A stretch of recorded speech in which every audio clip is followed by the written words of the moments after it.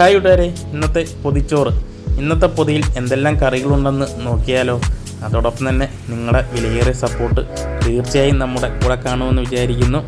നമ്മൾ ആദ്യം വെക്കുന്നത് ഒരു തോരനാണ്, ചക്കക്കുരു തോരൻ. ഒരുപാട് ഗുണങ്ങളുള്ള ഒരു തോരൻ തന്നെയാണ് ചക്കക്കുരു തോരൻ. അടുത്തതൊരു ഫ്രൈ ആണ്, ബീഫിനെ വെല്ലുന്ന ഒരു ഫ്രൈ.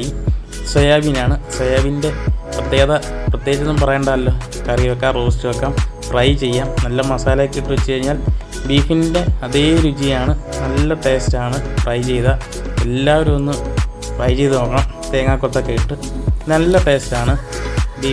ബീഫിൻ്റെ അതേ ടേസ്റ്റ് തന്നെയാണ് സോയാബീനും. നമ്മൾ അടുത്ത് വെക്കുന്നത് ഇന്ന് കോഴിക്കറിയില്ല, അതിന് പകരം ചമ്മന്തിയാണുള്ളത്. തേങ്ങ ചമ്മന്തി വെച്ചു.